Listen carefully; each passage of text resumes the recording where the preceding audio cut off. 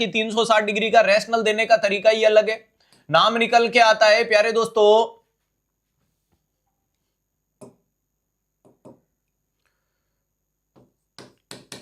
Cervix cancer के बारे में। अगर अपन बात करते हैं कि सर्विक्स कैंसर जो होता है ये सेकंड मोस्ट कॉमन कैंसर है, second most common cancer in female होता है, second most common in female, क्योंकि फीमेल में मोस्ट कॉमन ब्रेस्ट कैंसर होता है, ठीक है।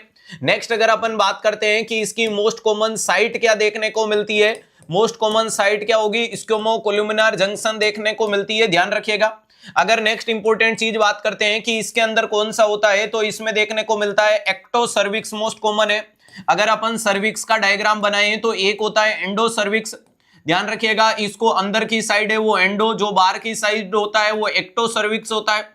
तो याद रखिएगा यहां लगभग 20% चांसेज है या 80% चांसेज है, तो मोस्ट कॉमन याद रखिएगा। ये एंडो कहां होता है, टुवर्ड यूट्राइन बॉडी होता है, ध्यान रखिएगा, ये टुवर्ड यूट्राइन बॉडी वाली कंडीशन है और ये टुवर्ड वेजाइना वाली कंडीशन है, ध्यान रखिएगा। तो most common type of cervix कहां का देखने को मिलता है, तो एक्टो सर्विक्स देखने को मिलता है। कौन सा मिलेगा दोस्तों, एक्टो सर्विक्स मिलेगा, चलेगा।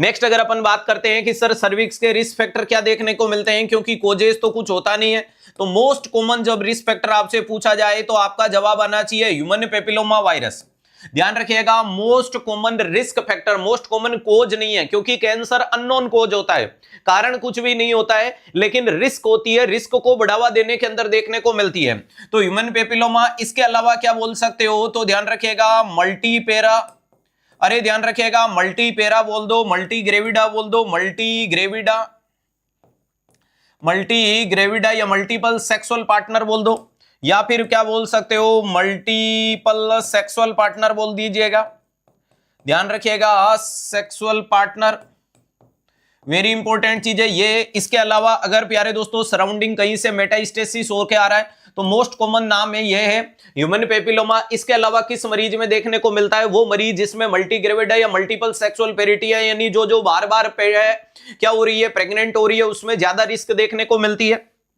चलेगा। सर्वाइकल कैंसर के साइन एंड सिम्टम में बात करें तो फिर से मैं मोस्ट कॉमन आपको लिखवाऊं तो मोस्ट कॉमन साइड है साइन एंड सिम्टम आता है पोस्ट कोइटल ब्लीडिंग, याद रखिएगा क्या देखने को मिलता है, पोस्ट कोइटल ब्लीडिंग देखने को मिलता है। बाकी कॉमन टाइम पास वाले तुम ही लिख दोगे कि एनोरेक्सिया, नोजिया, वोमिटिंग होगा, मरीज में डायरिया होगा, मरीज का वजन घटेगा, सीरोसेंगोनियस ड्रेन देखने को मिलेगा, एबनॉर्मल डिस्चार्ज देखने को मिलता है, ब्लीडिंग होती है, एनीमिया होता है, पेन होता है, पहले वीक में हेवीनेस देखने को मिलती है। ये तमाम जानकारियां किस में आती है, साइन एंड सिम्टम में आएगी, लेकिन सारी दुनिया एक तरफ और तेरा कमरा एक तरफ देखने को मिलता है। इसके बाद में अगर अपन बात करने की कोशिश करें कि इसके टाइप्स क्या देखने को मिलते हैं, अगर सर्वाइकल कैंसर के टाइप्स की बात करें तो एक देखने को मिलता है प्यारे दोस्तों एक्सोफाइटिक, एक्सोफाइटिक देखने को मिलता है, एक होता है इनफिल्ट्रेट अल्सरेटिव, अल्सरेटिव, और एक होता है दोस्तों इनफिल्ट्रेटिव, इनफिल्ट्रेटिव देखने को मिलता है। तीन प्रकार होते हैं इसके। इनफिल्ट्रेटिव का मतलब penetration into the surrounding structure, infiltrative कहलाती है, ध्यान रखिएगा, वेरी इंपॉर्टेंट चीज है। नेक्स्ट देखने को मिलता है अल्सरेटिव का मतलब होता है अल्सरेशन डेवलप होना, और एक्सोफाइटिक का मतलब टुवर्ड द सर्विक्स, अरे ध्यान रखिएगा एक्सोफाइटिक का मतलब होता है टुवर्ड द सर्विक्स। तो फिर से मैं टाइप में मोस्ट कॉमन डिस्कस करूं तो आपका जवाब क्या देखने को मिलता है, ये देखने को मिलेगा, ध्यान रखिएगा। नेक्स्ट अगर बात करते हैं कि सर सर्वाइकल कैंसर के डायग्नोसिस की चर्चा कीजिएगा, तो डायग्नोसिस में बेटा history collection and physical examination तो हो गया, इसके अलावा आप डायरेक्ट विजुअलाइजेशन कर सकते हो कोल्पोस्कोपी। कोल्पोस्कोपी का मतलब है direct visualisation of cervix and vagina, इसका मतलब क्या देखने को मिलता है, direct visualisation of cervix and vagina, direct visualisation of cervix and vagina की कंडीशन देखने को मिल गई। इसके अलावा इस मरीज में आप स्क्रीनिंग टेस्ट कर सकते हो जिसे बोला जाता है पेप स्मीयर, ध्यान रखिएगा वर्बली बोल देता हूं, पेप स्मीयर एक स्क्रीनिंग टेस्ट है, कंफर्मेटरी नहीं है। Pap smear secondary level of prevention में आता है, मंथली किया जाता है। फीमेल अपनी सर्वाइकल म्यूकस को कलेक्ट करके कैंसर की कंडीशन का पता करती है, डिवाइस काम में लेते हैं जिसको एरेज स्पेचुला के नाम से जाना जाता है, इसका फुल फॉर्म पेपिनोकोलस स्मीयर के नाम से बताया जाता है। ध्यान रखिएगा इसको स्टार्ट करने का बेस्ट टाइम है विद द फर्स्ट इंटरकोर्स, इसको खत्म करने का सही तरीका है लगातार 3 साल नेगेटिव आए बंद कर दो। एज में पूछे तो 21 साल के 21 से से 30 साल के बीच में किया जाता है। क्लियर है, ध्यान रखिएगा। विजुअल इंस्पेक्शन स्क्रीनिंग भी किया जाता है, जिसको VIS के नाम से भी जानते हैं, ध्यान रखिएगा, जिसको VIS भी बोला जा सकता है, ये भी करते हैं। बाकी इसके अलावा सारी दुनिया एक तरफ और तेरा कमरा एक तरफ, जब से खींचा है उसने खिड़की का पर्दा एक तरफ। तो मोस्ट कॉमन जो आपके लिए कन्फर्मेटरी डायग्नोसिस जो देखने को मिलता है, अगर आपके लिए पूछा जाता है कि कन्फर्मेटरी डायग्नोसिस अगर आपसे लिए कुछ पूछा जाता है तो उसका नाम क्या देखने को मिलता है, तो सर उसका नाम बायोप्सी देखने को मिलेगा। क्या नाम मिलेगा? बायोप्सी मिलेगा। इसके बाद में जब कंफर्म हो जाएगा तो प्यारे दोस्तों आप इस मरीज का मैनेजमेंट करेंगे, और मैनेजमेंट में प्यारे दोस्तों आप लोगों को इस मरीज को कीमो दे सकते हो। क्या आप इस मरीज को रेडिएशन थेरेपी दे सकते हैं सर, रेडिएशन। और ज्यादातर मोस्टली रेडिएशन में दी जाती है ब्रेकीथेरेपी। अरे कौन सी दी जाती है? ब्रेकीथेरेपी दी जाती है। ब्रेकीथेरेपी का मतलब इंप्लांट बॉडी में यहां सराउंडिंग द कैंसर फिट किया जाएगा, और इसके बाद में आप इस मरीज में सर्जरी कर सकते हो। डेफिनेटली सर सर्जरी में क्या किया जाता है, तो पहले नंबर पे कोनेनाइजेशन किया जाता है। कोनेनाइजेशन का मतलब होता है कौन से अब सर्विक्स रिमूव करो। इसके अलावा आप मरीज में क्या करोगे सर, हम हिस्टेक्टमी किया जाता है।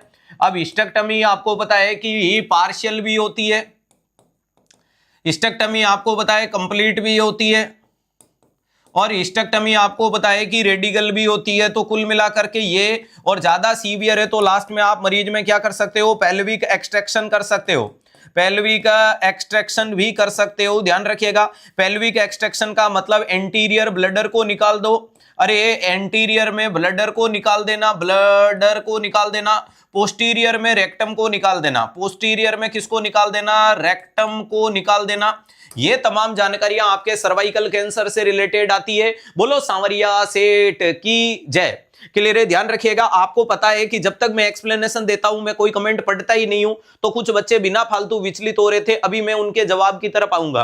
ध्यान रखिएगा दोस्तों, यहां मेन सवाल क्या है, cervical cancer second most common cancer है फीमेल में, जिसकी मोस्ट कॉमन साइट स्क्विमोकोल्यूमिनर जंक्शन है, यानी ये वाला जंक्शन, इसको स्क्विमोकोल्यूमिनर जंक्शन बताया जाता है। जिसके अंदर मोस्ट कॉमन टाइप कौन सा है? एक्टोसर्विक्स होता है। अरे मोस्ट कॉमन रिस्क फैक्टर पूछे तो ह्यूमन पेपिलोमा वायरस जाएगा। इसके अलावा most common sign and symptom post coital bleeding है। मोस्ट कॉमन टाइप एक्सोफाइटिक देखने को मिलता है। अरे कन्फर्मेटरी डायग्नोसिस बायोप्सी होता है, और ट्रीटमेंट के प्लान में ये देखने को मिलता है। और अगर मैं लास्ट में बात कर लेता हूं कि सर इसके प्रिवेंशन के लिए आपके पास में क्या ऑप्शन है, तो ध्यान रखिएगा, प्रिवेंशन के लिए आपके पास में वैक्सीनेशन देखने को मिलता है। और वैक्सीनेशन दो प्रकार की है, एक का नाम है सर्वावैक्स, और दूसरी साइड में बोल दोगे गार्डेसिल।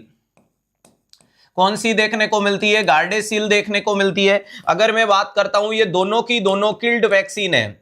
अरे ये दोनों की दोनों किल्ड वैक्सीन है। दोनों का डोज 0.5 ml है। दोनों का रूट इंट्रामस्कुलर है। ये दोनों चीजें तो इन दोनों में कॉमन है, इसमें भी यही जाएगी, इसमें भी यही जाएगी। नेक्स्ट इंपॉर्टेंट चीज है कि अगर मैं यहां लिखता हूं कि if age less than 15 year, तो इसके डोज कितने लगेंगे? 2 लगेंगे। और अगर आपसे पूछे कि if age more than 15 year, ध्यान रखिएगा 15 साल से बड़े हैं तो डोज कितने लगेंगे? 3 डोज देखने को मिलेंगे। कितने डोज देखने को मिलेंगे? 3 डोज आपके सामने देखने को मिलेंगे। ध्यान रखिएगा, जिसका डोज क्या होगा? 0, 1 और 6 देखा जाता है। ध्यान रखिएगा 0, 1 और 6 मंथ पे लगाया जाता है। ये 3 डोज देखने को मिलते हैं, और 2 डोज लगाने हैं तो ये शुरुआत वाले 2, और 3 लगाने हैं तो ये 3। और अगर आपसे पूछे कि बेस्ट रिकमेंडेड एज ग्रुप क्या देखने को मिलता है? बेस्ट रिकमेंडेड एज क्या है? तो 9 से लेकर के 14 साल देखने को मिलती है नए वाली गाइडलाइन में। इंपॉर्टेंट चीज है, इसको बाईवेलेंट बोला जाता है। ये वाली बाईवेलेंट है, लेकिन इसको सेल्फ इंडिजिनस बोला जाता है। सेल्फ इंडिजिनस के नाम से बताया जाता है। इसको क्वाड्रीवेलेंट बोलते हैं, क्वाड्रीवेलेंट बताया जाता है। और एग्जामिनर का सबसे फेवरेट सवालों में से है कि गार्डेसिल वैक्सीन कौन से मरीज को दी जाती है। आपकी पुरानी किताबों की गाइडलाइन आज भी आप जब मोस्ट भी पढ़ोगे तो उसमें प्यारे दोस्तों 11 से 12 साल लिखा हुआ है, वो पुराना डाटा है। किताब पहले छप गई थी, नया डाटा ये है 9 से लेकर के 14 साल। बोलो सांवरिया सेठ की जय। पूरा का पूरा सर्वाइकल कैंसर हुआ स्वाहा।